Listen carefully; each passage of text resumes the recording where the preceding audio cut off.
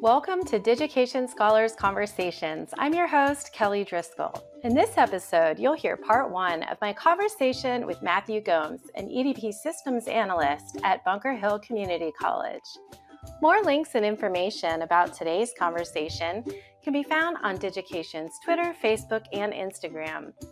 Full episodes of Digication Scholars Conversations can be found on YouTube or your favorite podcast app.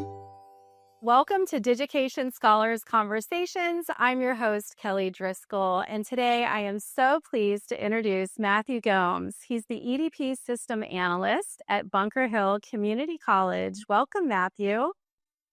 Thank you, Kelly. Thank you for having me. This is great.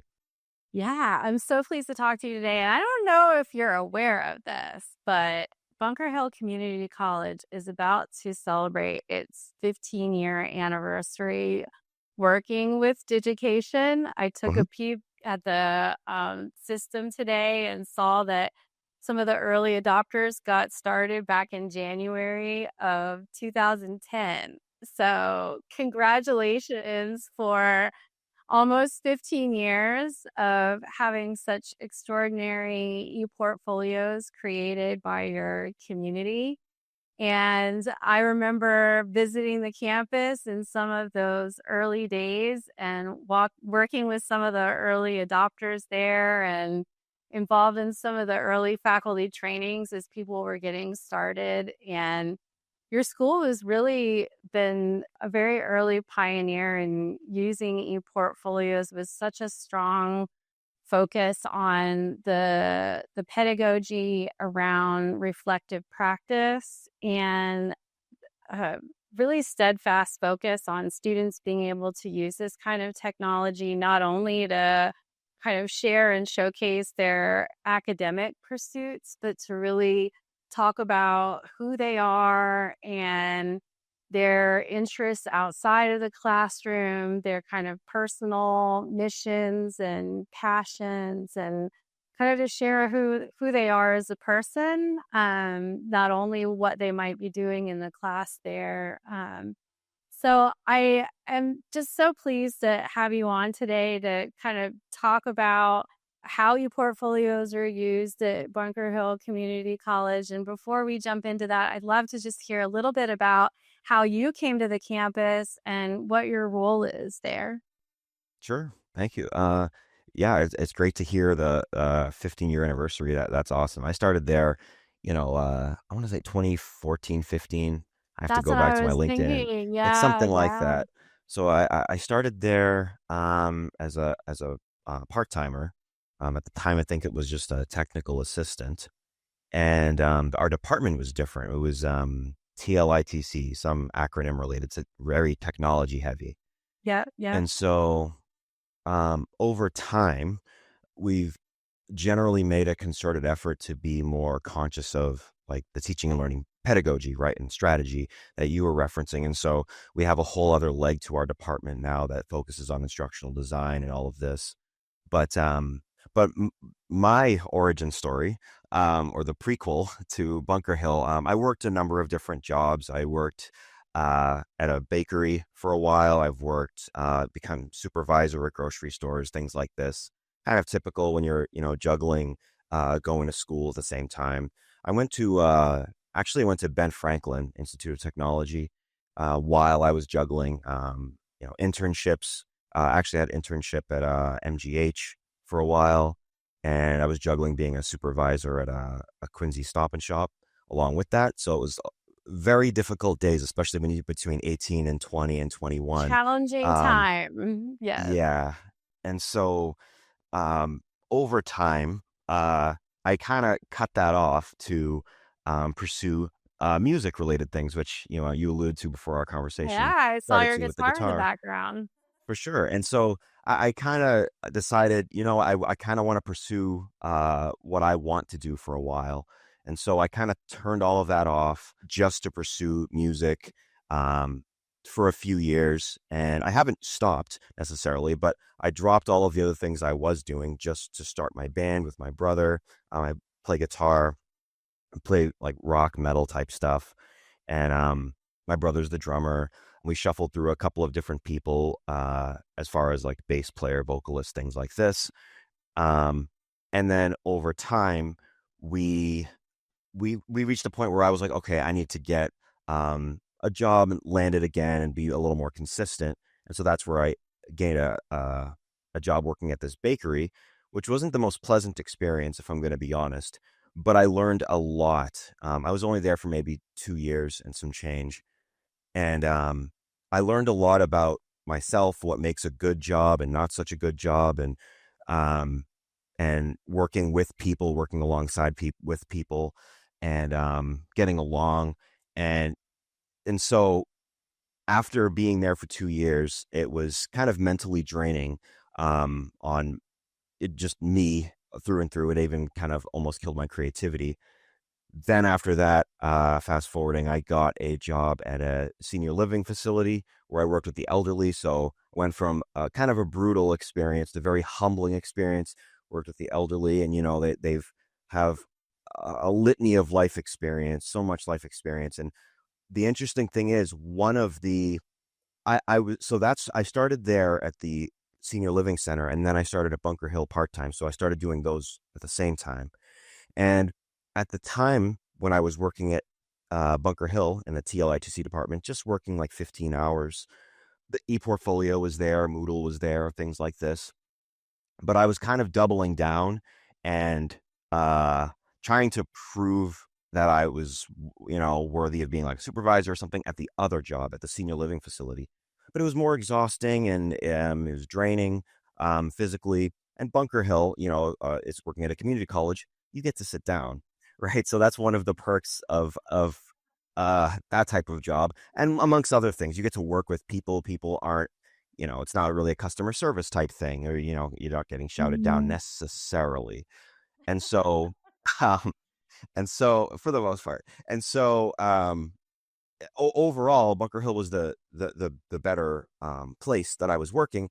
But for whatever reason, I had a wall in my mind. It didn't occur to me, and it was one of the very intelligent older gentlemen that worked at this senior living facility. I was talking to him about my dilemma. I was like, I really want to do well here, and I'm siloing myself into too many silos.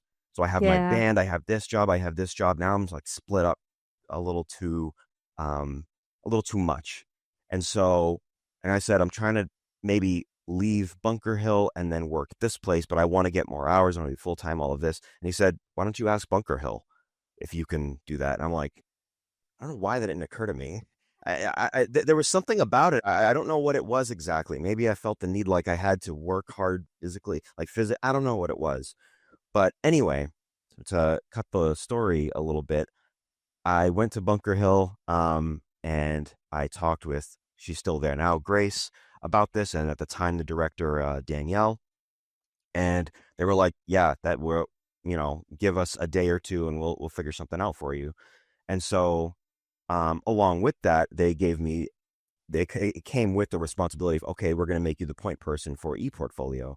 Along with that, so I kind of started doing it because we had um, the previous ePortfolio point person, full-time person, was on his way out the door, and so I was kind of passing the baton to me, but I was still Yep. part-time as a little kind of a soft pass. But they were like, we're going to make you the person, the actual person. And so I took that, and I was like, I don't want to just take it and shoulder shrug my way through the day. I want to try.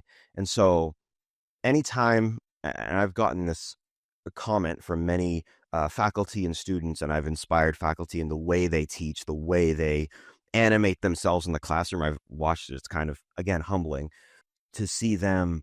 Um, so what I started doing was I was very animated because I didn't want to just be a talking head in the room, right? If I was going to give a training and a professor wanted me to go to their classroom, or they bring their students to our space and we show them ePortfolio to a class of 20 odd students, these are students, some of them just out of high school and things like this.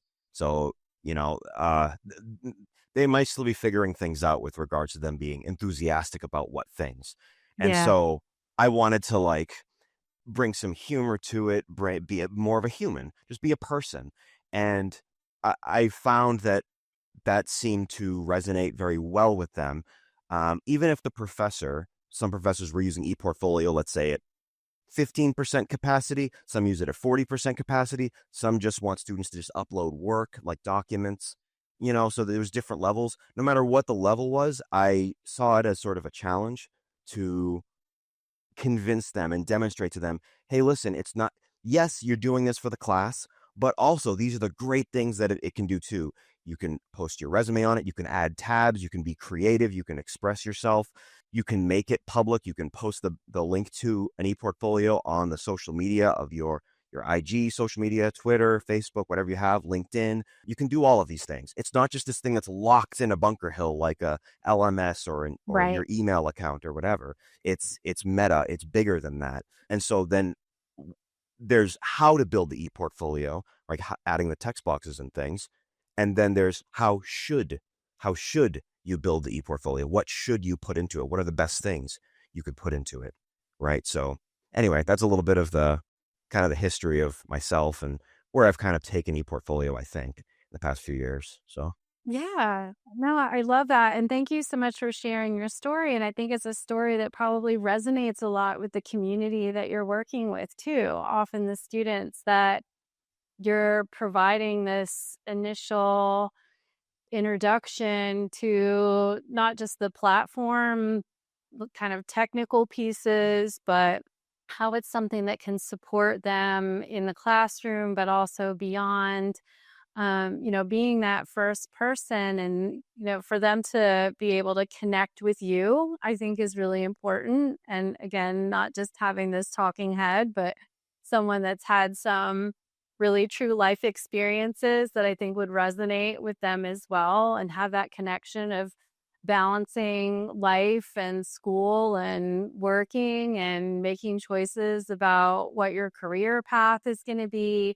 I think it's something that, when you bring your personality and your history and your true self into those training opportunities, it is a time for you to be able to kind of create those connections with the students, engage them in the conversation about the platform and how it can benefit them has really led to a lot of success. And I can tell in looking at the students' portfolios that when you're talking about, being creative and using it as a place to kind of tell their story, that's something that really resonates with them. Each one is very unique, even if it was created from a beginning template or something that they were using in their course.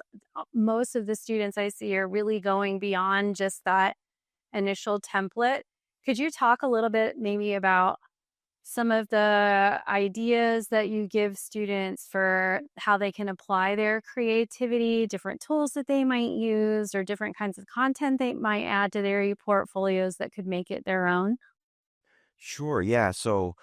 Um, so I try to give examples, but it's a tricky thing because um, with wanting somebody or a party or your audience to be creative, you have to find the balance of show them an example, but don't copy this. But this is Uh-huh. what it could look like. It's a very tricky line to find, and it's something I still kind of struggle with a little bit. But so I go through a bit of a spiel with them when I'm talking about the career potential or the transfer potential and all of these things. And so, um, what I show them a few examples as I mentioned. I might show them an example of ePortfolios. I think that you all have in your help desk site some of the best ones, like some of the ones from Chattanooga State and things like this. Um, and then I'll show them ePortfolios that won an ePortfolio contest we held last year. So I'll show them a couple of examples of that. And so I show them that to illustrate that it's not just this simply white and black page with bullet points on it. It's got background color. So when I'm usually trying to tell them, I first tell them the files and the actual types of content you can add: images, documents, videos, text boxes, right? And you can manage backgrounds. Broadly speaking, obviously it's not limited to that, but generally speaking, these are the big things that most people think of when they're thinking of like building a portfolio or building a site or something like that. And so with image files, I'll run through the types. what PNG, just the usual suspects. Videos would PNG, JPEG. Videos would be MOV, MP4. There's a couple of oddballs that might act a little weird, but generally like the mainstay ones work well. File types aren't limited to, or generally not limited to Word docs, PDFs, Excel sheets, PowerPoints, right? You can upload them all. You can make them as big or as small as you want. You can move them around. And as I explain this, I'll have it behind me, or if it's in a call like this one, I'll have the screen shared and I'll show them an example of a portfolio that obviously did this. Where you have and when you paste the document on there, it's not just a link. It's not just a hyperlink. It displays the document for your viewers, for you, but for your viewers, and they can scroll up and down through it. These things might sound rudimentary and kind of elementary, but like I find that explaining the things that are happening on the page, even if it's just a box, a picture with a face on it and a text box next to it, explaining the different things that are happening on that simple page helps the lights click on. And it's very helpful when I'm usually in person. And obviously faculty have echoed this post-pandemic as well. It generally is perks and pros and cons to in-person remote. But obviously when you're teaching people, you can see the lights go on. And I Yeah. noticed that if I simply explain ePortfolio at them, it doesn't quite hit. Like, it's a visual thing, and that's one of the things you all say as well, and it's true. It is a visual medium of showcasing and presenting things about you, your career, things you've done, accomplishments, personal life, etc. It's visual, so I should be visual with it. I should show them, right? And again, this is one of those things that kind of goes back to teaching and learning pedagogy. Is like, you don't want to have just a PowerPoint slide with just words on it with bullet points, right? You would want to have actual images. And so I take it a step further than that personally, and this is my preference. I like to show them the site. I don't really use a PowerPoint. I don't use a slideshow. I like to show them, here's how I log in. I'm doing it. This is how Yeah. you're going to do it. Instead of just like, it sometimes it can feel too separate for students and varying ages, varying demographics, things like this. I find that the most effective thing is to have the actual site on the page and explain it.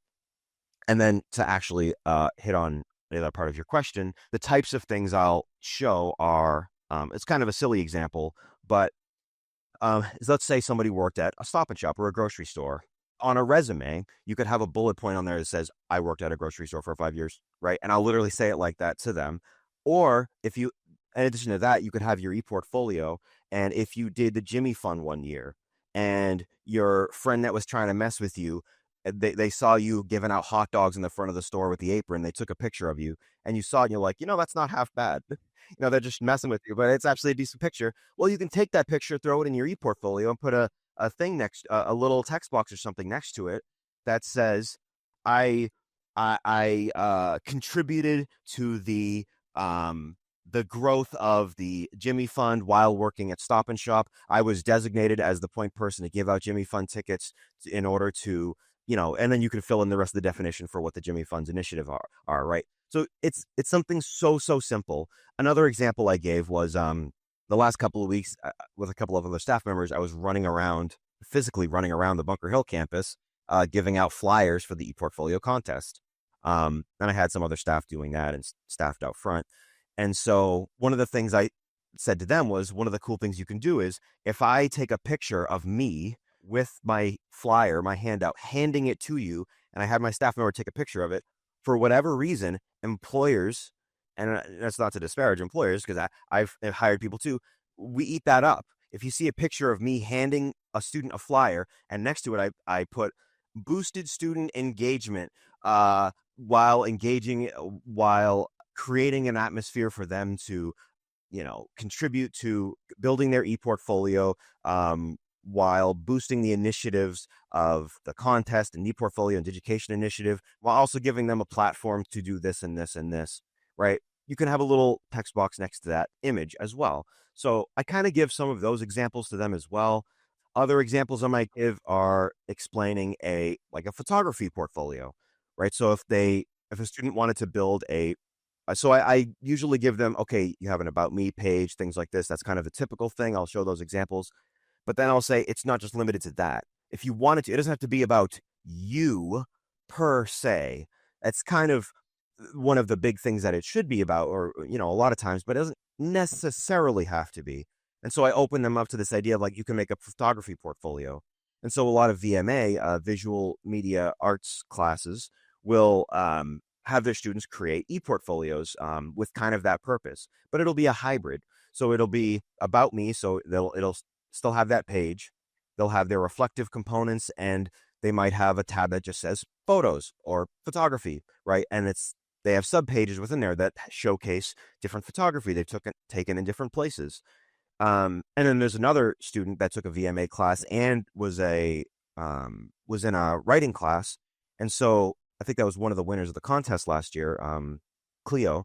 And so she had photography, she had poetry, she had things about her, and the pages weren't necessarily long, they weren't really busy. And when I show students that, that page is kind of simplistic, they're like, "Oh, is that it?" I'm like, "Yeah, that's it. It doesn't have to be this like huge website like Amazon or Best Buy. Like, you're not doing all that, it can be simpler." But it is one of those things where the more you put into it, and by more, I don't mean quantity, but the more you put into it, the more you can get out of it. So it transcends just that one class you're taking where you want to get an A on your homework, right? So that's one of my overall, some of my pitch that I kind of give them. Yeah, and that's so beneficial because really what you're incorporating into the introduction to the platform and how to use the various tools is really these elements of digital storytelling, right? You're letting them know these are really simple ways that you can start to bring viewers into the ePortfolio in a way that's very different from someone just reading a resume, right? You spoke about the kind of bullets that you might have in the resume that might just have a, name of your position and the dates that you were there. And that's a really different format than having something like this where you can start to have images of what you may have done within the particular role, or other forms of media that may be incorporated, reflections on the experience. And that information is very valuable to people that may be viewing your ePortfolio for hiring purposes. It goes so much deeper than just kind of the, name of your position and the time that you were there. For them to see any opportunities you had for personal growth or leadership opportunities that you had, community engagement kinds of opportunities. These are all showing skills that people at all different levels are interested in people having when they're joining their organization. So anytime you have a chance to highlight that. So it's wonderful that you're incorporating that kind of information into the trainings, and something that I think, our listeners will really value as well, that it's not just about, this is where you go to log in, that's the first step. But really, how can you use technology like this as this kind of creation space to build this kind of story of who you are and what you really want people to know about you. So it's wonderful that you're giving them these kind of real world examples and sharing, what some other students at the institution have done. I was trying to think back how many years you've been having this showcase where the students are really participating in a contest and submitting their ePortfolios for review. And I would love for you to share a little bit about that too. I think other institutions would love to hear about ways that you've been able to kind of get students excited about sharing their portfolios. And I think the contest probably lends some additional kind of peer motivation. They know other people are going to be looking at it and seeing it. And I believe you even have a rubric that you use to go through and kind of score those submissions. So tell us a little bit about that too. I think it's a wonderful model that other schools might be interested in. For sure. So we had we ran the ePortfolio contest in the mid 2010s a few times. Um, Okay. I I wasn't I wasn't the ePortfolio person at that time, of course. We've recently brought it back. Last year was the first time we had it again since, I don't know, probably maybe 2016 or something. So it was a little tricky. But it was ran a few times. It was like a spring fall that they did back then. But anyway, so last year we relaunched it, and it was a little it was not foreign, but it was a little tricky for us at first because, well, if you work anywhere, really, if you're working in an industry where you're working in a factory, or you're packaging boxes at Amazon, or you're just trying to get your seat, your boss their coffee for the day, you're not really thinking in like contest mode and building enthusiasm and things like this. You're kind of just running. You're just kind of running the cog that is your position. And so this led to a unique dynamic, I think, for our department to think and consider how we can engage students to be interested in this. Is it like I explained a minute ago, is it us running around and we have as many posters as possible and as many handouts as possible, and we have people staffed at a table? Is it talking to specific faculty who may be interested? Is it talking to the faculty that are already using ePortfolio and saying, hey, FYI, there's a contest coming up. Here's the timing of it. I know you usually like to do your ePortfolio trainings at the end of the semester, but maybe, consider it at the beginning. Some of that was a little tricky to navigate. But the nice thing about last year was it was my first go at doing it. And for the supervisor above me, Uju, as well, as her first go, like really tackling this. So we were like, you know what? If we make a few mistakes and we, not super perfect, it's okay. So, and overall, I think it went fairly well. So anyways, so the format we went with was, we would open the contest. We used the Digication courses, the courses in Digication as the sort of group sign up component, so that students feel like they're tangibly signing up, and we need them to anyway.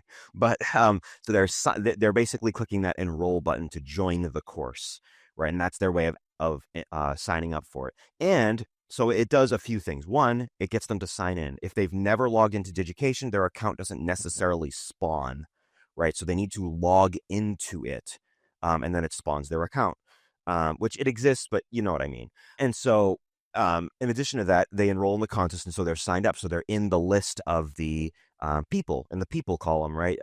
In the actual contest group or course. And so once that's done, we also we built an ePortfolio page for the ePortfolio contest.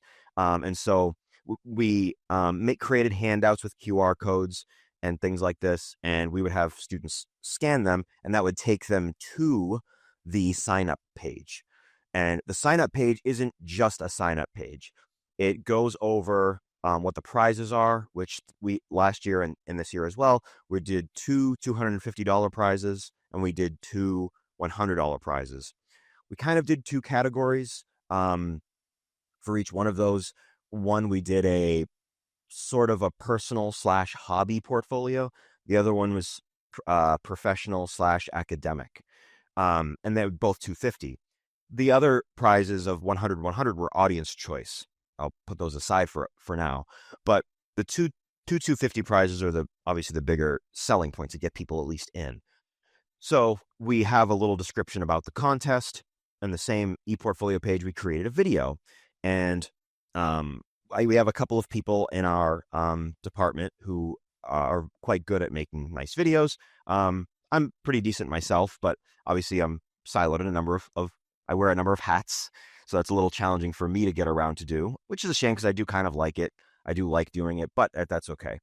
So anyway, we create videos of how to sign up for the contest. Even though it's a 1 minute, 30-second video, you have to create a video because, I mean, unless, there's other ways you can consider having people sign up for the contest. But for us, what worked fairly well last year, even though might seem like a number of steps and a little odd for students, if you're just there with them, they'll sign up. And when we send out emails as well to the whole campus of students saying, hey, sign up for the contest. This is what it is. Here's the link to sign up.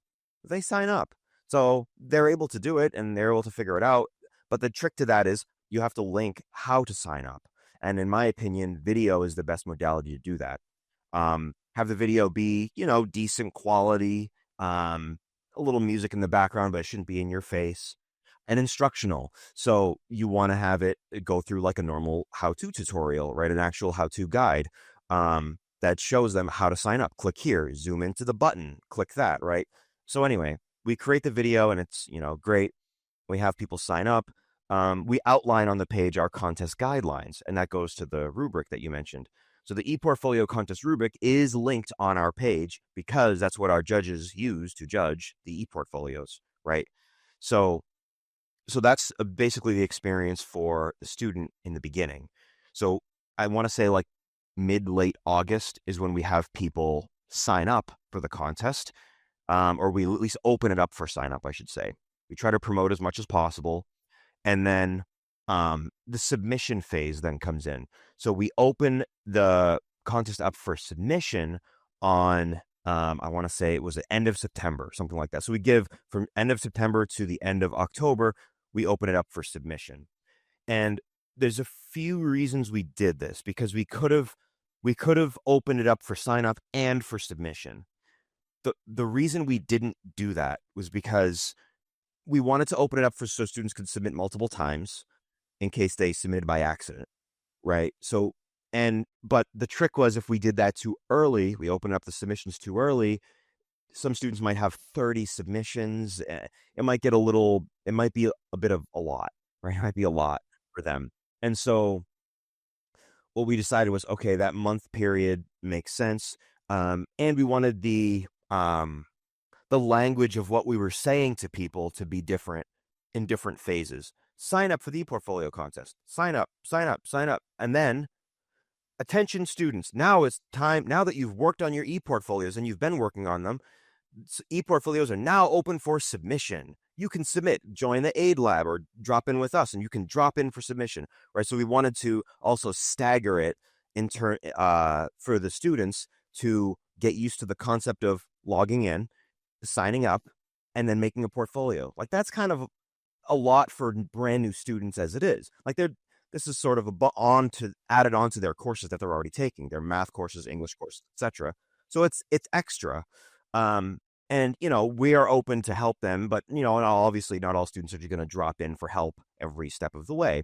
So we find that staggering the release phases was more effective, I think.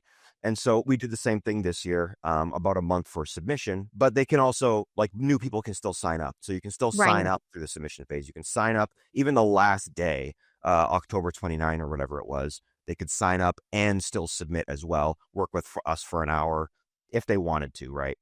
And then we have it a month period for our judges. So we pay at this semester. Last year, I think we did 6, but this year we're doing 5 judges. And so we reached out to some faculty, reached out to some staff, and we tried to be nuanced in our choices. So I try to have one faculty member from the MA, one from ELL, that's ESL, the English Second Language faculty, one from business, one from sociology, right? Just different types and different perspectives to be able to judge the contest. You don't want to silo all the way into just VMA people. You don't want to be all English faculty. So it seemed like the right move, I don't know, to have different faculty from these different areas.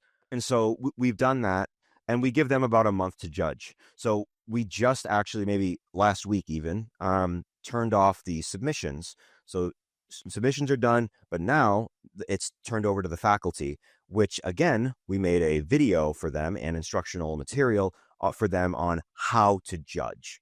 So that was the next piece of this. So we had to make materials for the students on how to do things, but then we had to make things for our faculty on how to do things for the contest so that they can navigate it and not be lost. And we want it to be a good experience for them. Like, that's one of the other things too that I was mentioning earlier with a different topic, is that I didn't want to just shoulder shrug my way through this. I want if even if they're, judging 20, 30, 40, 50 ePortfolios, I want it to be like fun for them, or I want it to be unique. And I want so one of our staff members, he made a judge video. Maybe I'll send it to you after this. Absolutely hilarious. It's in the style of like old 1940s, 50s Mickey Mouse, and it's a silly Oh, I'd video, love but to it's see it. instructional. It's so funny. And I just saw it last week, and I was like, "Cam, you're ridiculous." But it's great. I was like, "That I didn't even have to tell you to do this. You already knew that this is what we were shooting for. So I wanted it to be a special thing, not just this obligatory thing where you're, doing it, grading students, getting paid. That's it. Nah, that's fine. But while you're doing it, let's have, enjoy it a little or have fun with it. And um, really for us have that aid stamp. Like you worked with our department aid, and it was a unique experience from other experiences. And it was ePortfolio, different experience that's not like other experiences working with other things, right? So we wanted it to be as pleasant and as fun as possible for them, right? And so yeah, they get a month to judge, and then we'll announce the winners. I think we have December 3rd. I have it pulled up on the side here. December 3rd to announce the winners of the 250 prizes. But then we'll have a contest sort of celebration in-person event. Okay. We're still working through the logistics of that now, but that will be December 10. Again, we're trying to balance not too close to finals, but not when people are freaking out, Again, that's another tricky thing. It's very tricky balancing these things, right? Yeah, and so we're having that event, and I think it'll be fun. We'll have pizza, Jenga. We're gonna make it. We did it last year. It was kind of last minute, but it went well. And I was like, now that we have time to plan it, I want to do it better. So we're gonna have giant Jenga, maybe giant cornhole, Connect Four, whatever. Just silly things going on while people come into our area, or maybe we'll have it in the hallway if we can reserve it. I don't know. Um, we'll have pizza, snacks, but the catch is students come in there, and the point of it is to vote on the audience choice ePortfolio. So we'll send out an email for the audience choice, and we'll determine the winner that day. So we'll probably choose.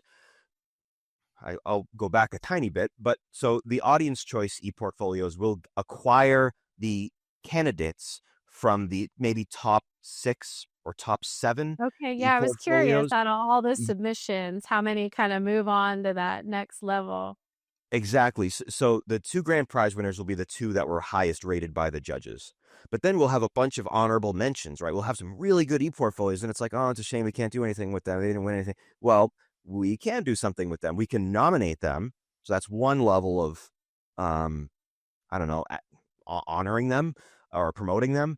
And then in addition to that, we can say, these are the 7 or 6 or 5 ePortfolios, not the grand prize winners, that we will choose for the audience choice. And so we'll make a form, or we'll make some kind of polling thing. I think we did a form last year, and we'll have the links to each of the portfolios. We'll send out an email and say to the entire campus, "Hey, everybody, the audience choice has opened up. Vote, vote for your favorite ePortfolio out of the 5 or 6 of them here, and the top 2 winners are going to get a $100 prize." And so, in these days, obviously more money better, but hey, $100 is $100, right? 250 is 250, Yeah. and so it builds incentives. And so that's how we acquire them. And we'll have a combination of an email sent out to find out the audience choice winner.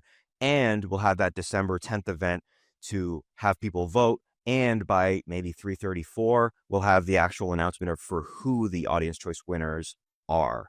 So it'll be a sort of a double whammy event or triple whammy event. I like to view it as final exclamation point for end of semester. You did it, students. Wear aid. Come hang Yeah. out with us. And check out these ePortfolios. What's ePortfolio? Some people might not have heard of the contest or whatever. So we can show them, and we have festivities, balloons, shiny things, whatever, food, pizza. And then the third thing would be an actual winner, right? We'd get an actual couple of winners and the voting out of that too. So a triple whammy kind of event that we hoping to put on. And I think it'll be better this year than last year too. So it should be fun.